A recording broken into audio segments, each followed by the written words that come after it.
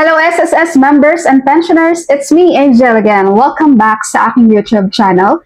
Ang ating tutorial video for today, pag-uusapan po natin paano yung ating mga survivor pensioner at the same time ay total disability pensioner. Pwede bang dalawa ang pensyon na matatanggap niya? Sasagutin po natin ang comment na ito na itatago ko na lang ang kanyang pangalan.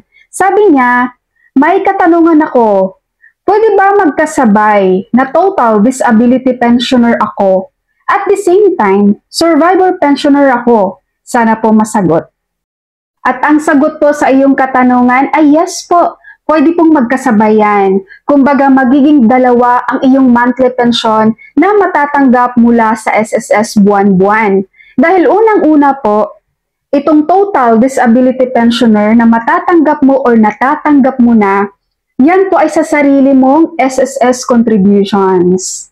Okay? Dahil SSS member ka ni SSS, tapos meron kang contributions, and then ngayon ikaw ay pasok or eligible ka sa pagiging total disability pensioner kay SSS, wala pong problema yan. Kaya ikaw ngayon ay isang total disability pensioner. Pangalawa, isa ka ring survivor spouse pensioner. Kumbaga, nagiging survivor pensioner ka because naman dahil sa SSS ng namayapa mong asawa. Kaya ikaw ay isang total disability pensioner at the same time, isa ka ring survivor pensioner. Dahil po kapag mag-asawa po kayo guys at nawala yung isa sa inyo no, and then SSS member siya, ang primary beneficiary talaga niya ay ang asawa na buhay. Kaya ngayon, dalawa yung pensyon na matatanggap mo at wala pong magiging problema yan. Hanggat buhay ka pa, ang iyong total disability pensioner yan ay lifetime.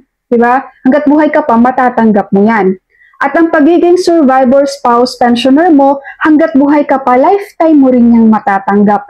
Maliban na lang, kapag malaman ni SSS, bigla kang nagpakasal sa iba or bigla kang meron ng ibang ka-live-in partner, no? So, mawawala ang pagiging survivor spouse pensioner mo. Okay, so yun lang guys ang magiging basihan kung kailan mawawala ang survivor pensioner na nare-receive natin kay SSS. Kapag nakasal ka ulit or nagkaroon ka ng live-in partner, mawawala yan. Pero kapag hindi naman guys, mananatili kang single at habang buhay ka pa, makaka-receive ka pa rin ng survivor spouse pensioner, pension mula kay SSS, at ang iyong total disability pension. Okay po, so yun po ang aking paliwanag guys sa iyong katanungan. Marami pong salamat sa inyong panonood and God bless you all.